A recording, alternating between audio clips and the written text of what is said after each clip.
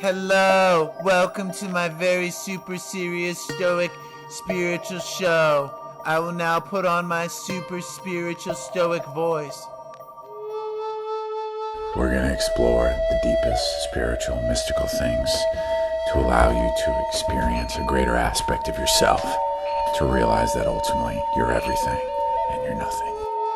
I'm Terevan Kriyavan Kurzweil, and if that sounds like gibberish, it is. Like everything else in this world, it's just made up. Reality is crazy. Spiritual metaphysical stuff is crazy. There's a lot of things that will make you go, what the fuck? Not just psychics and ghosts, that's par for the course. We're talking about materialization, psychic surgery, bilocating. What we're talking about is a raw dog rodeo spiritual experience. Let's go. You'll never guess the places that I've been. You never guess the places that I've been.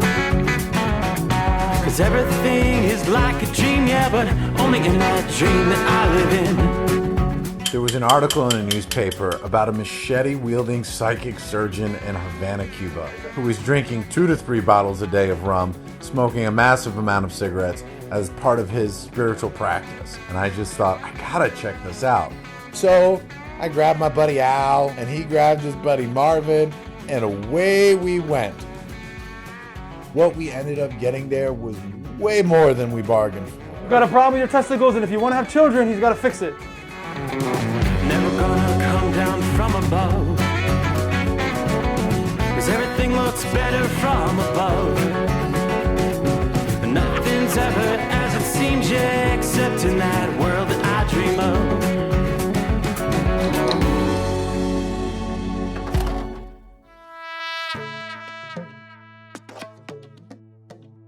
April 15th, 2021, Daily Mail.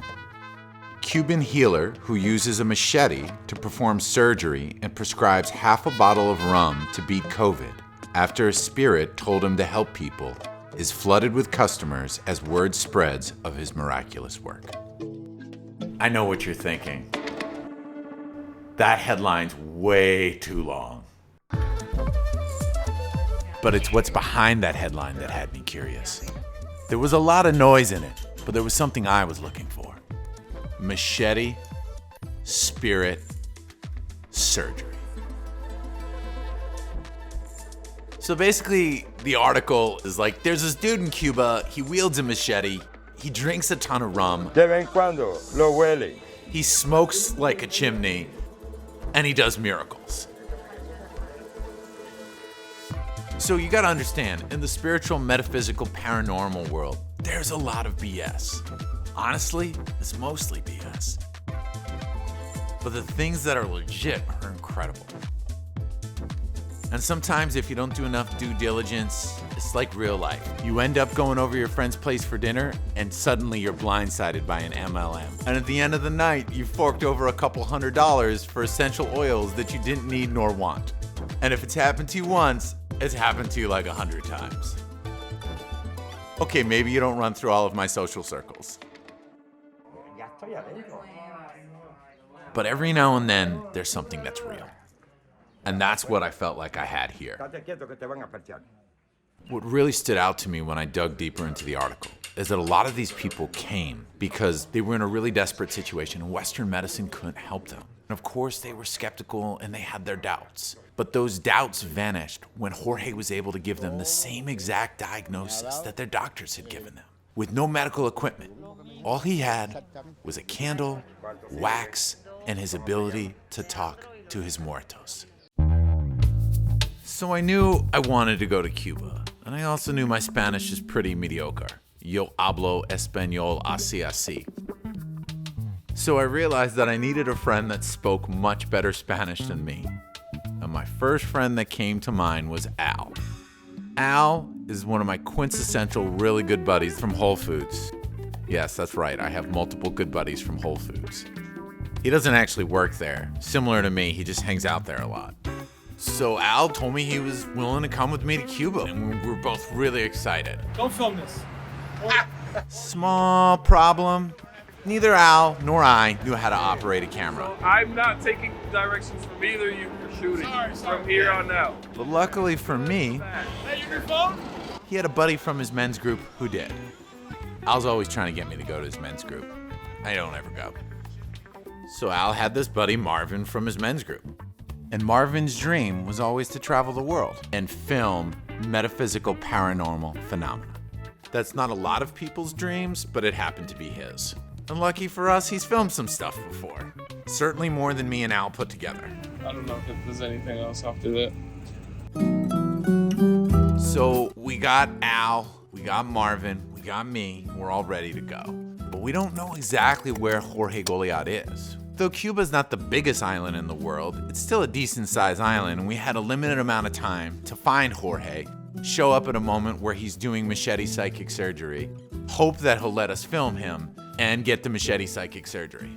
We dug around online, we saw lots of conflicting information about where he could be, when he could be there. We find Jorge Goliat has 2 Facebook pages, so we send some messages there. Nobody responds. So we're not really having a lot of luck contacting Jorge Goliat before we go. He could be in Havana, he could be on the other side of the island, he could be going through some small villages, doing his healings there, and I'm not really feeling very confident about where he is. So I did what anyone should do. I consulted with my British psychic from Essex, Karen. Hi, Karen. Hi, Tadevan. Do you remember last year when I asked you about where Jorge Goliat was? Yes, I do. Yes. What did you say? I said he was in Havana. Which honestly was the most convenient place for him to be, so I was really hoping that, but that's what she told us.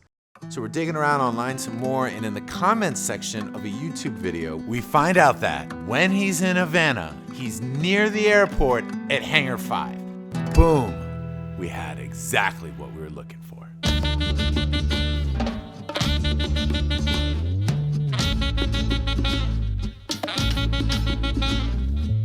Finally, I booked 3 tickets from JFK to Havana. El Machete awaits. The dream team comes together. Me, Al, and Marvin. Al and Marvin are very particular about what they eat and don't eat and what supplements they have and don't have. I'd warned Al and Marvin that a lot of the things that they were used to and that they consider necessities might not be available in Havana, Cuba. It's gonna be harder to get certain foods in Cuba than we thought, maybe many foods. They might want to bring a couple things. And by a couple things, I mean largely a suitcase full of vegan food bars and supplements galore. I felt like my good friend Papa Neutrino. He was voted one of the great adventurers of the last century, and he made a raft out of junk with a few people and went across the Atlantic Ocean. And this was my version of making a raft out of junk and going across the Atlantic Ocean. Except the Atlantic Ocean was a little too ambitious, so I settled for the Caribbean. And instead of being in a boat, I settled for a plane. In this modern world, you get bogged down in the trivialities. All the intense nonsense. Distracted by what is insignificant, you lose sight of your purpose and your deeper mission. You go to school, you go to work, you do all the things you're supposed to do. The mundane things, day after day. But there's something so much more than that. It's something that has existed in all places, in all cultures, in all times. But now we've discarded and forgotten it in the Western world. It is the knowing without knowing that we are a fractal aspect of the infinite cosmos, something far beyond anything we can comprehend. And so I go to see these mystics to remind myself of that. To immerse myself in a realm where anything is possible. And miracles aren't the exception to the rule. They're expected.